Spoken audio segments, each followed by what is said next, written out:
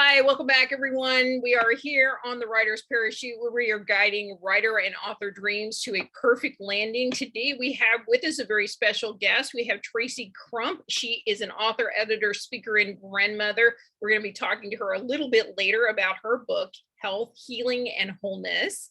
But of course, as always, we start the show out with a little bit of housekeeping. Let's get that out of the way. You know the drill. We want you to smash that like button. We want you to hit the subscribe button. Don't forget to ring that bell so that you get notifications of new episodes every week. And of course, we would love for you to follow us on Facebook, Instagram, Twitter, and now on TikTok at Writer Parachute. That is Writer Parachute with no S. And of course, we always love to hear from our listeners. So if you'd like to leave us a comment, be sure to do that. If you'd like to leave us a review, we would love to hear what you have to say about the Writer's Parachute. So let's go ahead and get on with the show. So again, we always start out talking about a topic on writing, marketing, or publishing. So here recently, we've been talking a little bit more about writing. That seems to be a little more of my audience right now is new authors, new writers. So one of the questions that I often get, and I get this one mostly when I go into schools. I write for middle grade, which is the 7 to 12-year-olds in the grades 3 through 6 in elementary school. I write chapter books. And one of the things that they ask me if they're interested in writing is where to start a story. And it's a good question for these kids, but it's also a great question for us as writers. We need to know where to start the story. And so for them, my answer is usually pretty easy. My answer is generally 3 seconds before something happens or 3 seconds after it happens, because everything else is just leading up to that moment, and we can add that information in later. We can sprinkle it throughout. But it is a good point.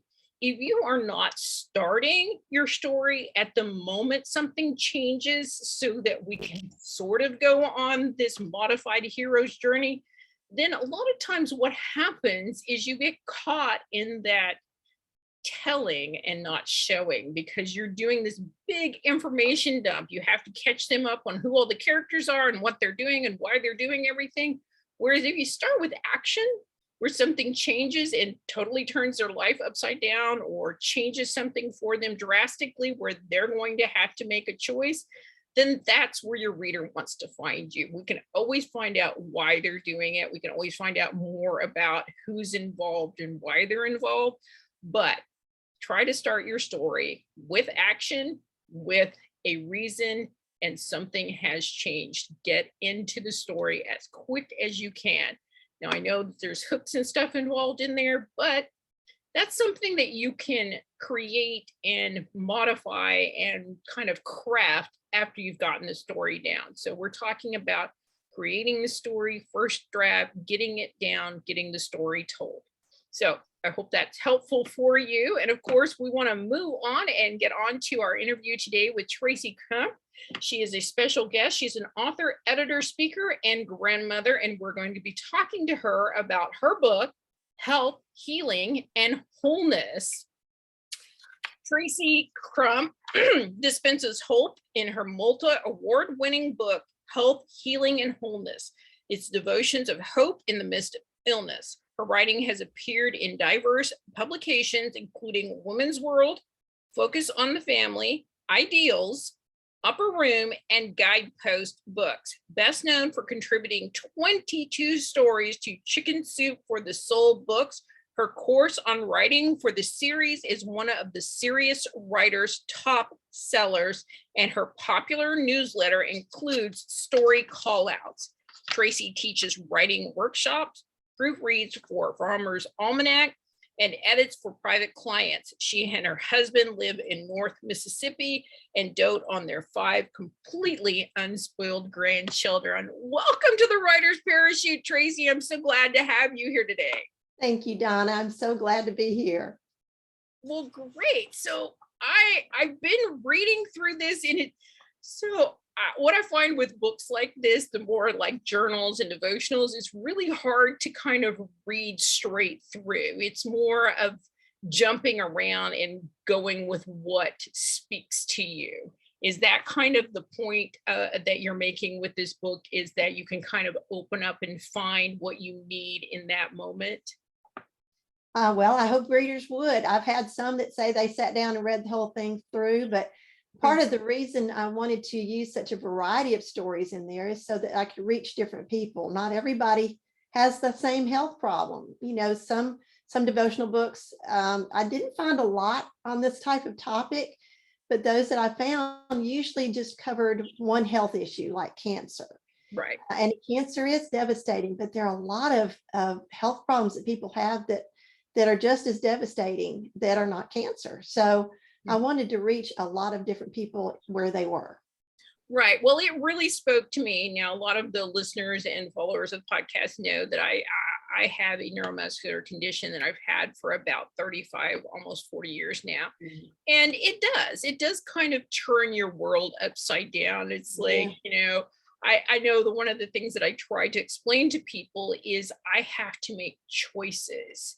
If I do this, then I can't do that.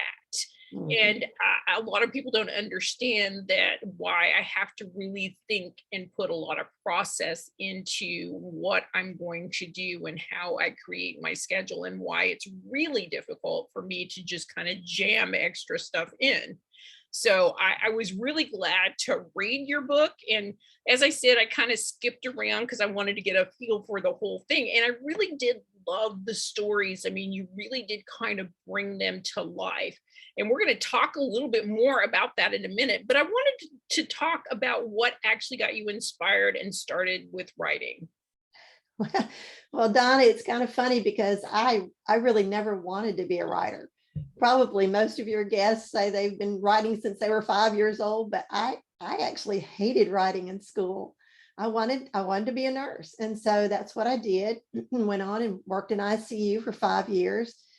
And then God granted me the desire of my heart, which was to be a stay-at-home mom. And so when I became pregnant with our first child, I stayed home. Eventually ended up homeschooling, which was something else I never planned to do, but it was a huge blessing. But then after my boys graduated, I felt like God was calling me to write about some family issues that I thought maybe would help other people. And so I ended up writing about those and published. The first 2 articles that I wrote were published in national magazines, and I actually got paid for them. And I thought, oh, this is fun. Yeah. So it just kind of went from there. Well, they do talk about that there are natural writers out there, and it seems like you may be a natural writer. So one of the places that you publish regularly is contributions to the Chicken Soup for the Soul book series. So I am quite certain that our listeners would love to know how that came about, and any advice that you can offer if they would like to try and pursue something similar. I would love to. Well, it's a little bit of a funny story because after I started writing and published those first couple of articles, I joined a writers group. It was headed up by a lady named Mary Lane Wade Koch. And Mary Lane was also a nurse, and she knew I had worked as a nurse years before. One day she emailed me and she said, Chicken Soup for the Soul is looking for stories for their Nurse's Soul book. She said, why don't you try submitting something? I thought, they're never going to publish anything I write, and it was so long ago, I really can't think of anything. And so I just let the deadline pass. Well, a few days later, she emailed again and she said, Chicken Soup has extended the deadline for the Nurse's Soul book. Why don't you try submitting something? And I thought, okay, let me think. And so thought of one story, and then I thought of another, and then another. I ended up submitting 5 stories to that book. And they chose 2 to publish. And so I felt like it was, kind of coming back to my nursing roots. And so I thought it was really great. Well, that just kind of set off a string of publications in Chicken Soup for the Soul. Just started submitting. And as far as tips, we could sit here and talk all day about this, Donna. we actually do 4.5-hour workshops on writing for Chicken Soup for the Soul. And but I think it's a great market for both beginning writers and experienced writers. You don't have to have published anything before. You don't have to have any certain credentials. You just have to have a great, well-written story. And so that's the first thing I tell people, is that Chicken Soup and Soul is all about story. Sometimes people will start out trying to write an article or a devotion, and it's not any of those things. It is a story. It's just like you're sitting down across from your friend, your best friend, and you're telling them what happened to you. And that's the way they want. Now they want it still has to be written in an engaging manner, well written as far as grammar and all that sort of thing goes. But it's a story. It's not an essay. It's not any of those other things. Well, So see, I that's the think first that right there is valuable information, because I do know of people that do submit a lot of times to these anthology books, and they do tend to write it as if they're submitting to a newspaper or a journal, and that's generally not what they want. They are books. They are books that people read, even though, yes, there's some devotional in it, but they still want a story behind it. So that's excellent advice. So in your book, which is Health, Healing, and Wholeness, it offers, again, stories and devotions, and it's about those struggling with illness for themselves and for others, their loved ones. So how did your experience as an ICU nurse and all of this writing experience just randomly kind of coalesce into this book? Well, the way it came about really was I had written short pieces from the time I started writing since 2005. And I'd written the articles and the short stories and devotions. And I was actually perfectly happy doing that. I enjoyed writing short pieces. I could finish it and move on to something else. But, I did have a couple of novel ideas. And so I was at a writers conference. I was on faculty there and met with Kyle Young, who is an agent, and sat down with Kyle and told him my story ideas. And he said, well, that's all great and well and good and all. But he said, really, he said, nonfiction sells better than fiction. And he said, you've published so many devotions. He said, why don't you try writing a devotional book? I thought, well, I could do that, one devotion at a time. That would still keep me on those little short pieces. And so that's how it started. When I started thinking about what to write about, though, as far as a theme for the book, it just kind of was natural once again to come full circle to my nursing days. And so I thought that the things that I had seen in the ICU, of course, as you can imagine, I saw a lot of sad cases, a lot of sad things. We lost patients, but I also saw some things that I knew were just God's hand. Cases where the doctors had basically given up on a patient, and yet they survived and were healed. And so I say that God still performs miracles today. And we are privileged a lot of times in the nursing profession to see some of those miracles. Right. And that brings me to kind of my next thing I wanted to ask you about was, that you do take a different approach with this book.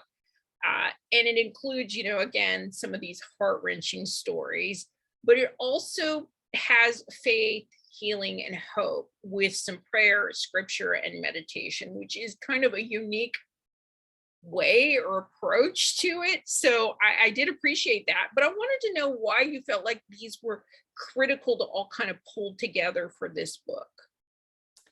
Well, of course, I learned how powerful story is just through writing for Chicken Soup. Right. And in fact, in our workshops, I like to quote a film producer. His name is Peter Goubert. And he goes all over the country talking about the power of story. And he said this, he said, I've come to see that stories are far more than entertainment. They are the most effective form of human communication, more powerful than any other way of packaging information. And so I wanted to use that power in my book. And, I call Jesus the master storyteller. He used story. He told a lot of his parables, all of them, I think, none of them really talked about God, but they were all about God. And so he used just everyday events to draw people in so that they can understand some of the deeper things that he was talking about. And so I kind of wanted to use that same power of story, but yet, still, of course, incorporate the scripture. And I tried to include, I wanted to make it scripture rich. I really did. I wanted to make it, just God's word is powerful, it's like a two-edged sword. So I wanted to use that power right there and incorporate that power into the devotions. And I wanted readers to kind of experience other people's stories. And that way, maybe they could connect and glean some hope from those situations for their own situation. Just like you said, you have a neuromuscular disease. So if you read about somebody else who has a similar disease and the hope that they have found through their situation, then maybe it would apply to you, and you could find some hope in that. Right. And what I found over the years in dealing with this condition is that even though we all have different illnesses, there are some very basic truths that apply to all of us. It's, there's a lot of fear, there's a lot of unknown, there's a lot of trial and error, there's a lot of did I cause this? Am I doing enough? And I found that was what was most revealing to me in going through these stories that you included in your book, was that we all, even though we're different, we're all very much alike, and we all have the same struggles. And that was fun to see. So what exactly do you hope your readers will get? What benefits do you hope they'll get from health, healing, and wholeness? Well, of course, I hope that they will have hope for their future. I say where there's life, there's hope. And we can't give up, even though things may look hopeless, that we want to rely on the God that created us. But also, I did try to be honest in there by also showing that not every situation is going to end the way we want it to. God is still sovereign, and he has his own plans, and it may not end the way we think it should. But even though God is not going to always bring physical healing, it does always stand ready to bring us spiritual healing. That is a given. If we call on him, then he is ready and willing to bring us spiritual wholeness. It may not be in this, in this life. We may not have the physical healing in this life, but we will have healing and wholeness.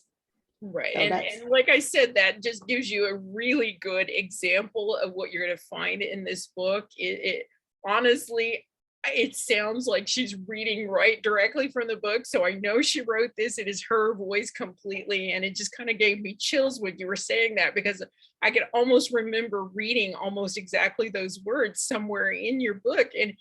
And that's, and I know that that's part of your purpose, is to not only offer hope and healing, but to kind of give them this sense of they're not alone, which I think a lot of people who are sick do feel very alone and very isolated. And I did appreciate that you added that. So we're going to shift gears just a little bit here. We're still talking about your book, but I understand you have a very interesting story about something that happened for the book launch for Health, Healing, and Wholeness. Can you tell us a little bit about that? I can. Well, first I had talked with Kyle Young, and he became my agent. It takes a while, as anyone who has released a book, I'm sure nothing happens quickly in the publishing industry. And so it took a while for him to find a publisher. I signed the contract in February of 2020. Of course, what happened in March of 2020, the whole world shut down. And I had a little conversation with God about that at the time. I said, Lord, health, healing, and wholeness, pandemic, wouldn't this be the best time for this book to release? And so but that was not his plan. So I knew he had a better plan. And the book was not even finished at that time. So it took me a little time to finish it up. And I thought, well, maybe it'll release by the end of this year, before Christmas. That would be a good time. Well, no. Because of catalog timing and all this stuff, it wasn't going to release until the next summer in June. And I thought, well, okay, he's got a plan. We're good. We're good. As we came up on it, now my mother-in-law, she had been living with us for about 4 years. In April of 2021, she turned 100. 12 days later, she had a heart attack. So I could do nothing. That started I honestly, at the time, Don, I did not think that she would last another week. We had to put her on hospice. She was getting weaker and weaker. I didn't think she would last long. She lived for 3.5 more months, and that began a season of caregiving. Even though I had cared for my parents just a few years before that, this was very intense. I had really never experienced anything like this. Mm-hmm. And so I could do nothing as far as the launch goes. Authors know that launch day is a big deal, and you get ready for it, you prepare for it, and then you're very active in it. I had assembled a launch team, which was great. They were wonderful, and had a launch director. She was amazing. I could do nothing. I could do nothing. Right. My launch director said, you just stand down. We've got this. Right. They worked, and I say God took it to a #1 new release on Amazon on that launch day. That's what God does when you can't. He is there. And sometimes he just says, you back off. I've got this. Right. So that was what happened with the release.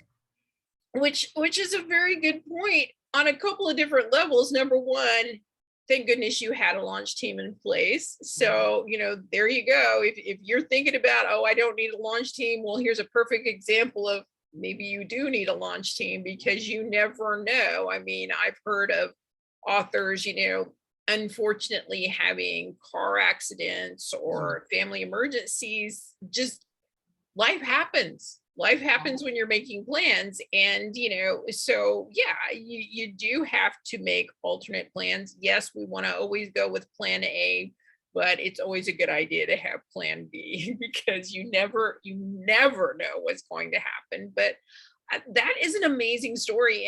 And I do like the fact that they just let you stand down and do what you needed to do, and they just took over and launched it off into the world and got you to #1 bestseller. That's pretty amazing. So kudos and bravo to your launch team, and of course to you and this book. So besides this amazing book, you are also the co-founder of Right Life Workshops. So I want to know a couple of things here. So it's going to be 3 questions here, and then I'll let you talk. So how did you get started? What kind of workshops do you offer? And where can our listeners find them?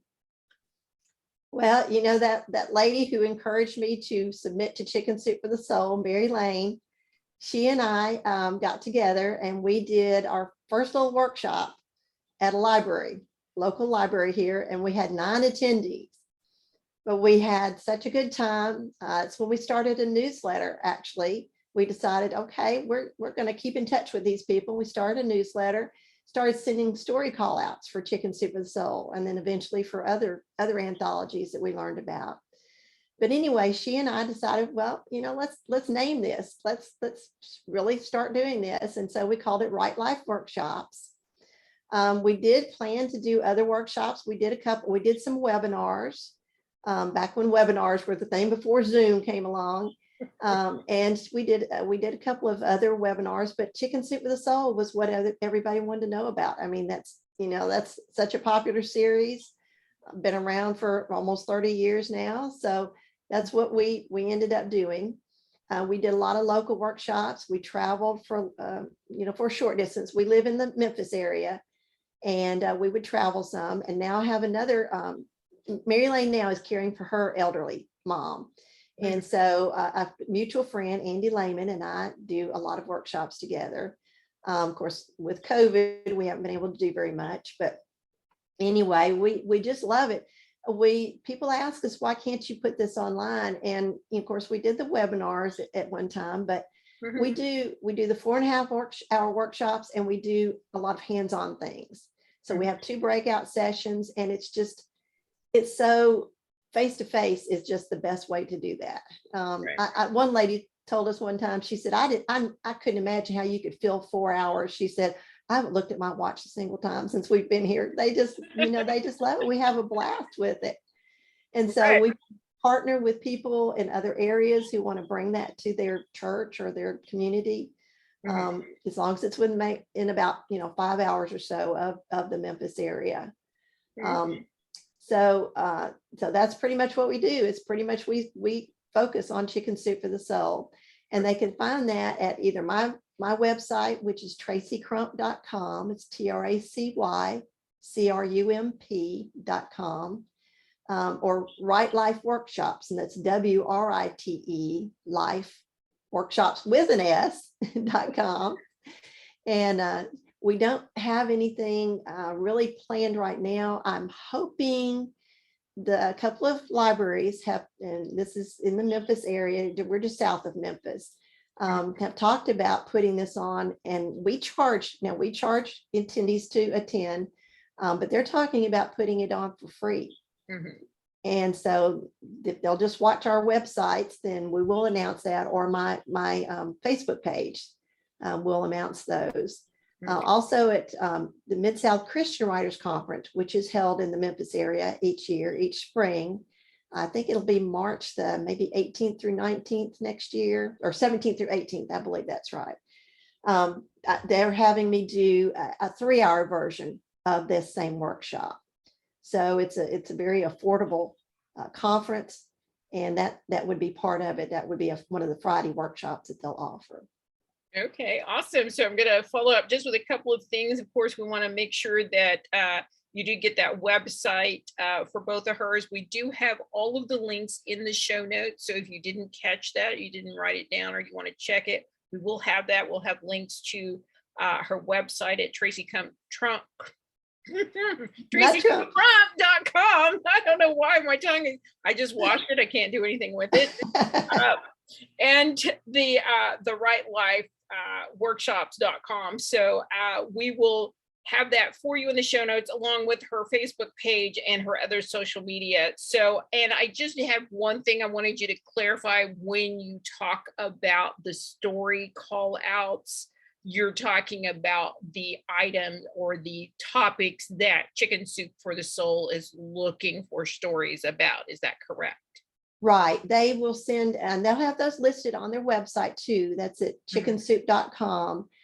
But they will send a story call out that kind of itemizes some of the things that you might write about, and they're a little bit of their guideline. Now their guidelines are found online too, but a little bit of what they're looking for and how to submit and that sort of thing. But yes, we send those. We don't get call outs, and this is one thing I have to say. We don't get call outs for every single one of their books. I don't know why. I guess it's some that they don't have enough stories for. They'll send a call out for. So I still encourage people to go to their website pretty often and look at those call outs, see what's coming up. Okay, great. I just wanted to clarify that, because we do have some new writers and authors that may not understand what you mean by a call out. So I did want to clarify that. All right. So now we understand you also have an online course. You are a very busy woman. So you also have an online course with the Serious Writers Academy. So can you tell us a little bit about that and where they could go check that out? All right. Well, Serious Writer was started by Kyle Young, my agent, and Bethany Jett. They are two go-getters, and they wanted to put together a lot of courses that would be valuable to writers. I think they've got something like 70-something courses on there now. And so when they first started out, Bethany approached me and asked if I would do something about writing for Chicken Soup for the Soul. And so that's my course on there. It's called How to Write for Chicken Soup for the Soul. Very inventive name, I know. But it can be found at seriouswriter.com. And they told me it's one of their best sellers. But I know that's because chicken soup is so popular. It's a 1-hour course, and you get unlimited lifetime access to it. So that's kind of nice. You can go back time and time again and rewatch it. And if you tried to submit and it didn't go, didn't happen this time, well, maybe there's something you can tweak or find out that will help you next time. A lot of times they'll have a Black Friday sale, so you can watch for that. And once in a while they have sales in between, but it's, it's pretty reasonable courses. And like I say, they have them on all kinds of topics.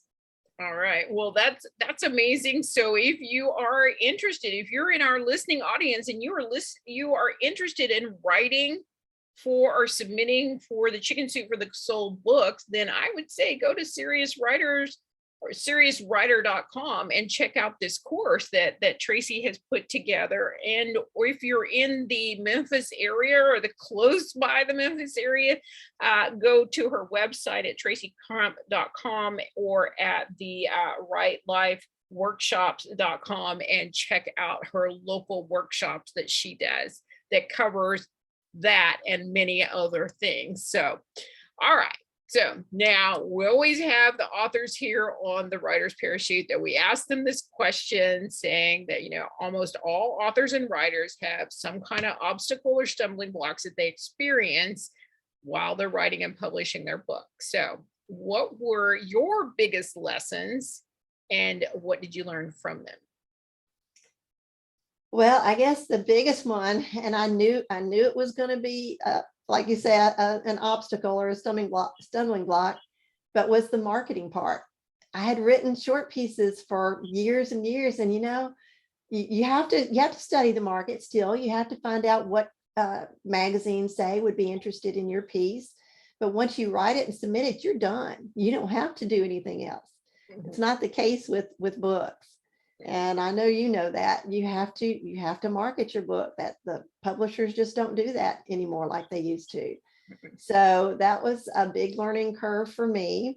And what I tell people is just keep trying, explore all avenues. At one point, the publisher, and I didn't know they were going to do this, the publisher offered a really hefty discount on bulk orders for churches so that they could use it for outreach. Like hospital ministry, pastoral care, that kind of thing. And so I started sending out letters to different churches, and I sent a lot of them a sample book just to see if they'd be interested. I didn't get a whole lot of takers, but I did get some. And so that was just one piece of the pie. You have to market in all different ways, and you have to get kind of creative at times.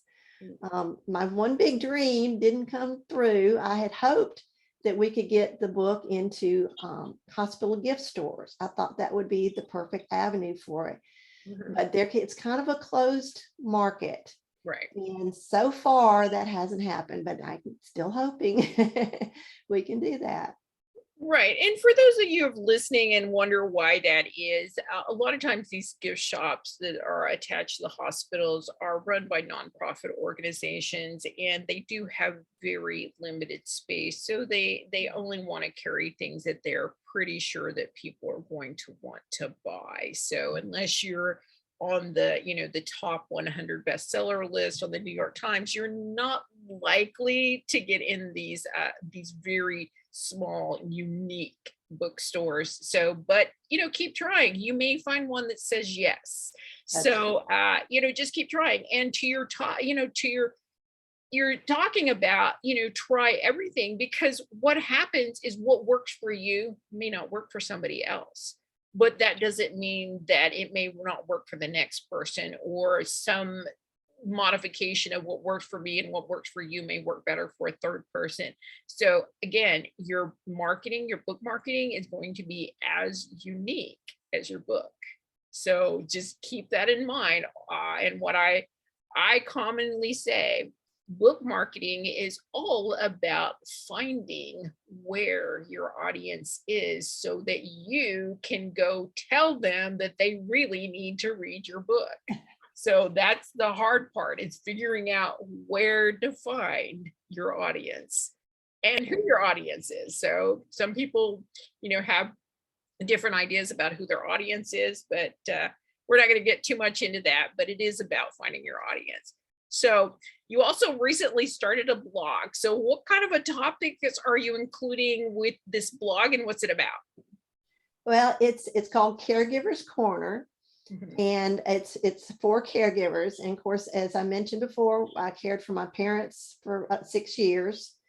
And then before they both passed away, and then my mother-in-law for another 4 years. So I have a real heart for caregivers because I know how tough it can be. You talk about being lonely, about writing being lonely. Caregiving is lonely. It can be very lonely. And so I wanted to reach out to others and let them know that there are people who've been there and survived, Mhm. and that they could too. And I really want to offer tips. I like to be practical, Mhm. as well as encouraging. And so I try to offer tips and just different aspects of caregiving. And once again, I use my stories There a you lot go. in the blog. So it just got started this year, but I want other people to. I've asked, if anybody has anything that they would like to pass along, or if they'd like to write a blog, I'd be glad for them to do that, because everybody has different experiences, and everybody needs different types of encouragement and different types of advice. So that's what we're doing. And I personally appreciate that. I have two daughters that are both in the healthcare industry. One is a nurse, one is a CNA, and they both work in hospice and elder care. And it is really difficult. It's a very trying. I know for my one daughter, she says that, the biggest issue for her is that she wants to help this person, Mhm. but their body or their mind is fighting against them. So it's very discouraging, where they feel like they almost have to be mean. So I get where you're coming from with that, and they do need that encouragement that, yes, they're just doing their job, but sometimes doing their job is really not fun. True. Which I'm sure you recognize from being a nurse. It's like there's some aspects of being a nurse that's really not fun. So Mhm. I appreciate that. So we will go check that out. And again, we'll have the link to her blog in the show notes. So I have a couple of quick questions for you. So, what advice would you give to any new or upcoming authors or writers? I think the best advice I could give from my experience is you don't have to publish a book to be a writer. Um, you know, Surgeons don't start out doing brain surgery. They start out stitching up a cut on your hand. And so you don't have to start out big. Mhm. And you don't ever have to publish a book to be a writer too. I was perfectly happy Mhm. publishing those short pieces. So I think my best advice is to say, start small. It's good in a lot of ways. It builds credibility for your writing. It's good practice for you. You can publish in non-paying markets or paying markets, either one. I love paying markets myself, but you can get all kinds of good experience that way. Um, and really, Donna, a lot of us have a message that we want to get out. A lot of us have our own, I don't want to say agenda, but a message that we want to, and as Christians, we all have a message we want to get out. Mhm. You can reach more people through magazines and that kind of venue than you can through books. If you sell 5,000 books, you're doing really well. Well, Mhm. my third article was published in a magazine that had a readership of 2.1 million. Right. I could, I'd love to think my book would sell that many Mhm. copies, but it's probably not going to happen. Mhm. But you can reach a lot more people with the short pieces. And if you've got a message to get out, that's really the way to do it. And like I said, once you submit, you don't have to market. So that's Right. another And I plus. mean, and that in and of itself is a good marketing ploy, because it does get you in front of readers that you would normally not otherwise be able to find. It Mhm. gets you name recognition and reliability. And it is part of a marketing strategy. You're using that magazine, that journal or newspaper's platform and readership to get your voice out into the world and talk about what is important to you. When you say we don't really have an agenda, but what we do is we have a voice and we have an opinion about how we view whatever it is that we're writing about. And it's important, because without our voice, a lot of times people only hear one point of view. They don't get to hear all of the other points of view, which is kind of what we're trying to do, is to get more voices out into the world, because there's always going to be somebody out there that really needs to hear your words. They may have heard the words 100 times, but just the way you phrase it, the way you say it, the way you put it together may be the words that they need to hear to get through. So that's always important. So where can we buy your book? Well, it is found on Amazon, at Barnes and Noble, all the major retailers, online retailers, some of the not so major ones, but also Crosslink Publishing. They're the publisher, and they're the ones that will give bulk discounts if anyone wants to, has a church maybe that wants to use that as part of their outreach ministry. And it's in some bookstores, but mostly online. Okay, great. We will have a couple of the major retailers. We'll have Amazon and Barnes and Noble in the show links for you. I am quite certain if you go to Tracy's website at tracycrump.com, she'll probably have links to all the other places. But generally, if you have your favorite bookstore and they don't have it in stock, you could likely ask them and they can get it for you. So that's always fun. All right. So, and you are active on social media. So what platforms do you use and where can we find you? I have a Facebook author page, also Twitter and LinkedIn. And then of course my website, tracycrump.com. Okay. And then the other one, rightlifeworkshops.com. Those are the major ways. Okay. All right. Well, we will go ahead and list all of her social media links for you so that you can go follow her and stay up to date on all of her stuff. So what is next for Tracy Crump?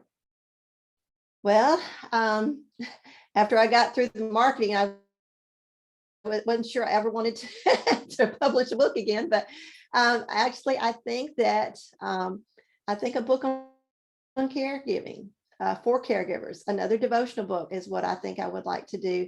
I've talked with a friend, her name is Diana Derringer, and she's cared for her husband for many years through some difficulties that he's had. We've talked about doing one together, so I'm hoping that will be the next thing up. Well, we look forward to that. So keep in touch with us here on the Writer's Parachute. And when that book comes out, of course, we'd love to have you back to talk about that and your experience and bring your co-author, and we'll do a co-author interview, because that would be interesting. So now you did mention a newsletter and a few other things. So do you have any signups or offers that you want to offer to our audience before we go on and pull the ripcord on our tip of the week? Okay. Well, our newsletter is called The Right Life. It's come out. We've done that every month since 2008. And it has an article by an industry professional, along with a little devotional. We have a marketing column. It's kind of grown. It's kind of evolved over time. But we also send story callouts for Chicken Soup for the Soul and other anthologies with that. And so if they just go to tracycrump.com or rightlifeworkshops.com, they can sign up for that. But yeah, that's the major thing. And then of course my blog. I would love for anyone who has been caregiving or is in the middle of a caregiving journey or thinks they might be caregiving at some time, I'd love for them to sign up. All right. So awesome. So any of you caregivers out there, anyone who's experienced caregiving, is giving caregiving right now, or believes that they have a story to tell about caregiving, and then of course we want to get you in touch with Tracy for her next book that she's planning. So of course we will have that for you. I'm sure you can reach her through the contact information on her website at tracycrump.com. If she has some other place, we will make sure that we include that with the show notes. But be sure to go sign up on either one of the websites for the Right Life newsletter. And of course, don't forget the Crosslink Publishing that is offering bulk discounts. That's a pretty good deal. So we're excited about that. So, and I always want to remind everyone, we will have all of the links that we mentioned in the show notes. So I want you to just kind of hang out for a minute, and I'm going to go over there and go pull the ripcord on another tip of the week. So we're going to talk a little bit about some of the things that Tracy brought up. Now, she's talked about starting small and she talked about marketing. So I'm going to try and wrestle these two together. And yes, I have a Southern accent, so I know I don't say the word right. So, um, but starting small is a really good idea. Now, whether that means starting small for writing for a newspaper, writing for a book, for a journal, an anthology, or just writing a blog, it's a good idea. But if you want to go ahead and jump into the world of writing books, you can still start small. Start small. Think of something that you are very knowledgeable about, something that you can get across quickly. There are short stories, there's novellas, there's children's books. There are many avenues to start small in the writing industry. And she is correct. You need never have published any of this or formally published any of your work. I worked as a writer for years and years and years and never, ever published any of my writing for about 42 years. It never occurred to me that anybody would want to read it outside of maybe some of these places that I had submitted for journals and magazines. So it took me a while, but what I was doing was developing my writing craft and my credentials. And that's okay too. Take your time, start small, do what you can do. Also, start small talks about the time that you have to devote to this. Writing does not have to be a full-time business. Now, it may develop into a full-time business, but you can start small. Again, I talk about just setting aside 10 minutes a day to get your writing in. If you sat down for 10 minutes a day and maybe you get a paragraph in, maybe you get a page in, maybe you get 500 words in, it doesn't really matter because at the end of the day, guess what? You have more than you had when you started. So start small. And finally, we're going to connect that to marketing. Marketing is one of those places where you can get yourself kind of really tied up in knots and upside down and completely explode your budget in 50 different directions. So this is definitely one of the areas where you're going to want to start small. Test the waters. If you want to do a big promotion, do a smaller pre-promotion. See what kind of reaction you get. See if you need to tweak how you're approaching that promotion. See if it's getting to the right people, if you're getting feedback or not. So again, start small. We really appreciate Tracy coming on the Writer's Parachute today and giving us the tip of the week. And I really am very impressed with this book. I'm so glad that you decided to sit down and write it and publish it and share it with the world. And I can't wait to see what happens with this new book for caregivers.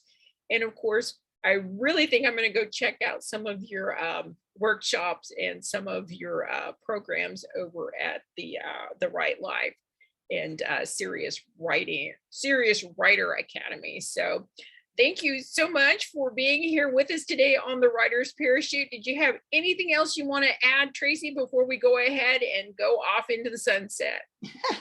No, I just want to say thank you so much for having me, Donna. You've been a joy. Well, thank you so much. We're always glad to have you here. And of course, here at the Writer's Parachute, we hope all of your dreams, writing or otherwise, land well. So until next time, bye.